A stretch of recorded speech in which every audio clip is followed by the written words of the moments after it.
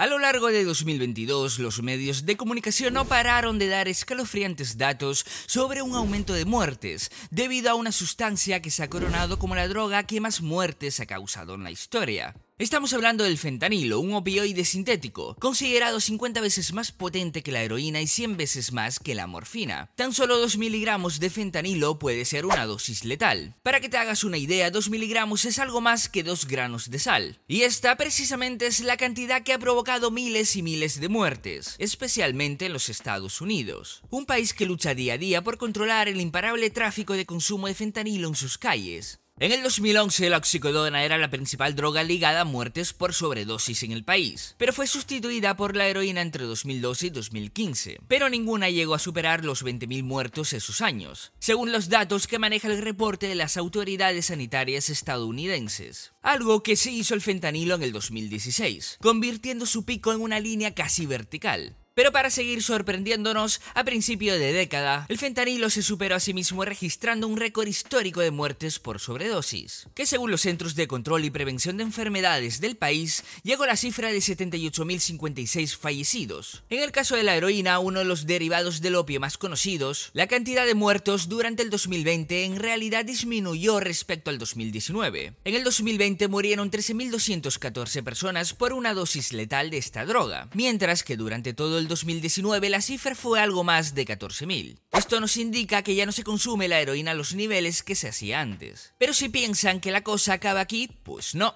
Porque nos queda ver los últimos datos presentados en el 2022 con respecto al año 2021. Ese año el fentanilo volvió a superarse, dejando 100.306 muertes, aunque se estima que las fuentes oficiales no llegan a ser exactas. Muchos lugares donde el fentanilo es prevalente carecen de los medios o equipos para hacer pruebas, por eso se estima que estén muy por debajo de la realidad. Para ilustrar esto, en el 2019, el Departamento de Salud y Servicios Sociales de Estados Unidos calculó que había 10 millones de consumidores de opioides, de los cuales 269.000 usaban productos de fentanilo en venta controlada en sus fármacos. Tan solo en el 2021, los Centros de Control y Prevención de Enfermedades contabilizaron 107.000 muertes en el país por sobredosis, y al menos 80.000 de estas estuvieron relacionadas con el fentanilo ilegal, aunque se estima que el número de fallecidos por esta droga puede superar los 100.000. A día de hoy aún no se han publicado los datos concurridos del año 2022, pero en el mes de octubre ya se estaba hablando de que el fentanilo superaba cada 15 días las muertes acontecidas en el 11S, que deja un total de 2.996 muertos y más de 25.000 heridos.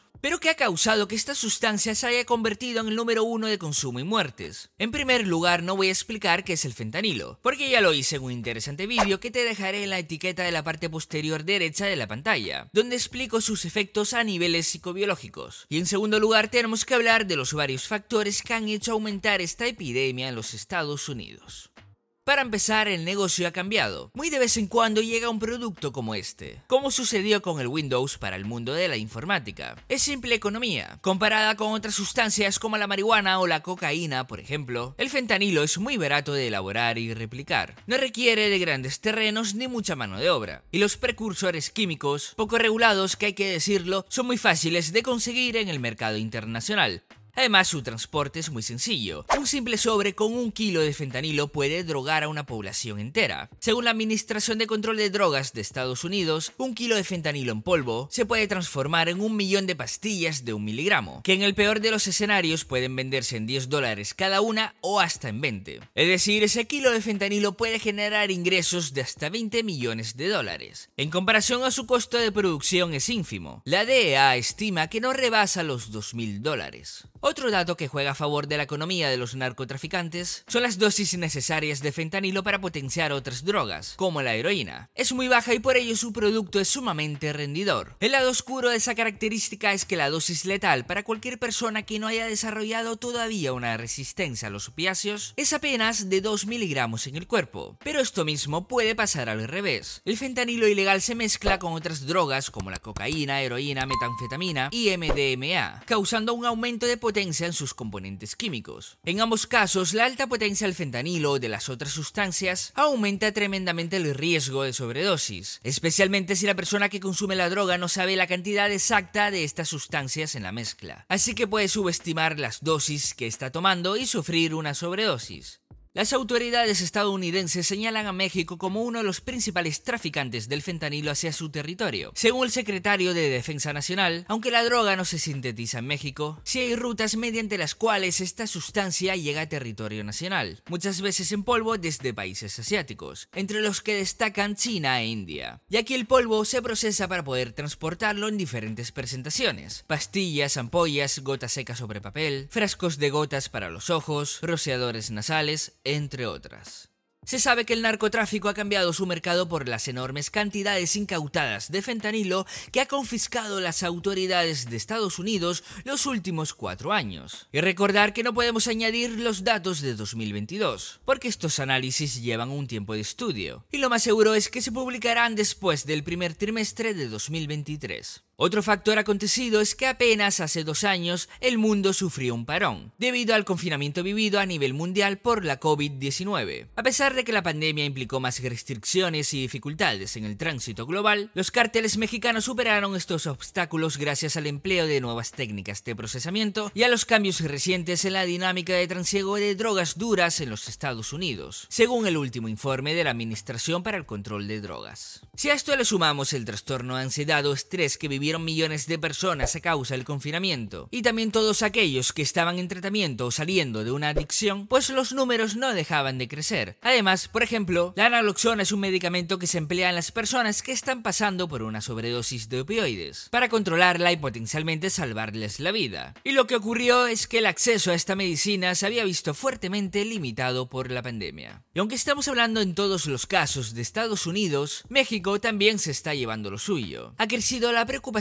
respecto al uso de fentanilo, y los expertos profetizan que esta crisis no parará en Estados Unidos, sino que seguirá avanzando a Latinoamérica. Aunque el gobierno mexicano no tiene conteos como los que proporciona la CDC, los medios de comunicación han detectado en territorio un incremento de sobredosis de fentanilo, sobre todo en los estados que comparten frontera con los Estados Unidos. En cambio, aunque Europa y otros países miran con terror lo acontecido en el continente americano, no han sufrido nada parecido, como por ejemplo sí ha pasado con la heroína durante años. ¿Y por qué? Una tormenta perfecta de factores ocurridos a lo largo de la última década ha sido la causante de la actual epidemia de fentanilo en los Estados Unidos. Empezó con un aumento de la marginalidad social y el exceso de recetas médicas de opioides, lo que provocó un repunte de adicción a estas, ya que Estados Unidos es el primer país del mundo que más receta los opioides en fármacos. Luego llegó una campaña para restringir la prescripción de opiáceos, lo que hizo también aumentar el consumo de heroína entre los usuarios, es decir, una cadena de factores. Y lo mencionado nos lleva al tercer factor, el negocio farmacéutico. Por ejemplo, Johnson & Johnson aceptó pagar $5 millones en 9 años, y los 3 distribuidores 21 millones en 18 años, para poner fin a 4.000 demandas judiciales lanzadas por varios estados y comunidades del país. La promoción agresiva de medicamentos adictivos contra el dolor desde mediados de la década de 1990 es considerada por muchos como el desencadenante de la crisis de los opiáceos. Esto empieza con un simple dolor de muelas. Los pacientes son tratados con medicación a base de fentanilo, y cuando se retiran estos quedan con un alto nivel de adicción. La gente, para menguar ese enganche, simplemente tienen que acudir a una consulta médica privada, pagar por ella y de nuevo tienen la medicación. Basta un dato para medir el tamaño del negocio de farmacéuticas y médicos y el tamaño del problema. El año pasado, tan solo en los Estados Unidos, se emitieron 500 millones de recetas a particulares de medicamentos a base de fentanilo. Y si por casualidad la persona no tiene el suficiente dinero para pagarse una consulta médica privada, no hay ningún problema. Se busca el fentanilo en la calle, aumentando los riesgos de una posible sobredosis por las alteraciones químicas ya mencionadas de la sustancia. Esto se convirtió en un problema cuando los médicos comenzaron a recetar oxicotín y no se brindó la suficiente educación a los pacientes sobre los aspectos adictivos de estos fármacos. Aparte de Johnson & Johnson, otra de las grandes farmacéuticas involucradas en esta crisis fue Purdue, que se demostró que sobornó a unos 68.000 médicos con comidas, viajes y dinero, a cambio de recetar este analgésico de manera indiscriminada. Sin duda, la actual crisis que está viviendo el país norteamericano ha sido causada por una serie de factores sin precedentes. Las farmacéuticas empezaron un juego sin control que se vio alterado por los acontecimientos de la COVID y donde los narcos han sabido adaptarse a la perfección. Y por supuesto, aunque estemos hablando de pacientes que se vuelven adictos o de personas que ya están enganchadas, la cosa no acaba aquí. Ahora son las escuelas las que están siendo víctimas de esta sustancia. Para el mercado negro e ilegal, los jóvenes son un público vulnerable, los que propagan mejor el producto con el boca a boca en las fiestas. Muchos venden la droga y otros tantos la compran en estos eventos. Es un buen negocio para todos, algo que está preocupando al sistema educativo, donde ya se están desarrollando programas de educación sobre el tema, e incluso tomando medidas contra las sobredosis habidas, ya que están equipando los centros educativos con naxolona. Como decimos en mi país, así está el patio con la situación. Bueno, mi país no, España, donde yo nací. Una situación que se ha salido de madre y que parece que no se arreglará tan fácilmente. Como dije al principio, ya hice un vídeo explicando los efectos del fentanilo en el cerebro. Con este he querido divulgar lo que ha pasado y lo que está pasando.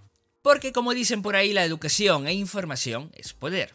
Y ya luego que cada uno haga lo que quiera con información en mano. Espero que les haya gustado el vídeo y les invito a que me dejen en la caja de comentarios qué piensan sobre todo este tema y de lo que hemos hablado.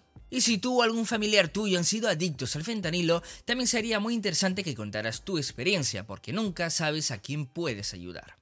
Sin más embrollo, si tú eres nuevo y quieres saber más de tu mente, suscríbete y apoya el canal como dije antes dándole un buen like al vídeo. No olviden activar la campanilla para recibir las notificaciones de los últimos y nuevos vídeos. Y como ya acabaron las vacaciones de Navidad, nos vemos cada domingo.